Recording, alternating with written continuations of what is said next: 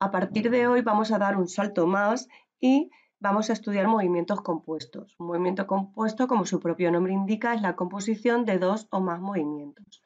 Vamos a comenzar por el caso más sencillo, que son movimientos compuestos en una única dimensión. Vamos a suponer que nos movemos en el eje X.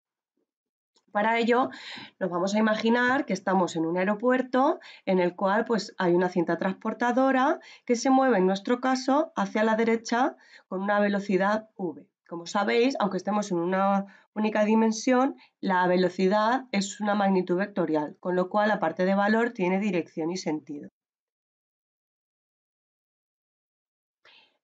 Como veis en la pantalla, la velocidad de la cinta la hemos representado con una flecha hacia la derecha. No le hemos puesto la flechita de vector a la v porque estamos en una dimensión, por simplificar un poco todo. Vale, pues ahora vamos a suponer que sobre esa cinta pues circula o se monta un pasajero que se va a desplazar, como estáis observando, hacia la derecha también. La velocidad del pasajero y la velocidad de la cinta en este caso tienen la misma dirección y además el mismo sentido, son dos magnitudes vectoriales. Pues bien, si suponemos que tenemos un observador externo a este sistema cinta-pasajero, para este observador la velocidad del viajero va a ser distinta y va a ser igual a la suma de la velocidad a la que viaja la cinta y la velocidad a la que se desplaza el viajero. Si queremos calcular cuál es la posición del viajero respecto al observador, tendremos que tener en cuenta cuál es la velocidad a la que viaja o que se desplaza el viajero según el observador.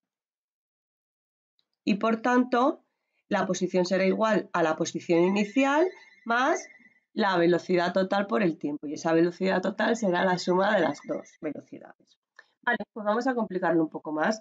Vamos a tener en cuenta que nos movemos en la misma dimensión, pero tenemos la misma cinta que se mueve hacia la derecha en una única dimensión, pero ahora el viajero se va a desplazar en sentido contrario, es decir, va a ir en sentido opuesto al movimiento de la propia cinta.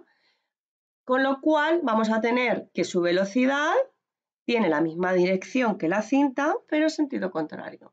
Si tenemos al mismo observador tranquilamente esperando, mirando lo que ocurre a lo largo de la cinta, pues para él, el viajero va a moverse o desplazarse con una velocidad que va a ser la resta entre velocidad de la cinta y la velocidad del viajero.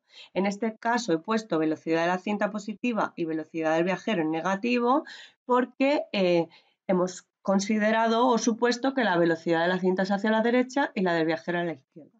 Recordar que las velocidades son todas magnitudes vectoriales y que teóricamente todas deben de llevar la flechita arriba. Como estamos en una dimensión, vamos a omitir ese hecho, aunque sí que lo sabemos, y por eso tenemos en cuenta que, aunque la dirección es la misma, toda dirección tiene dos sentidos.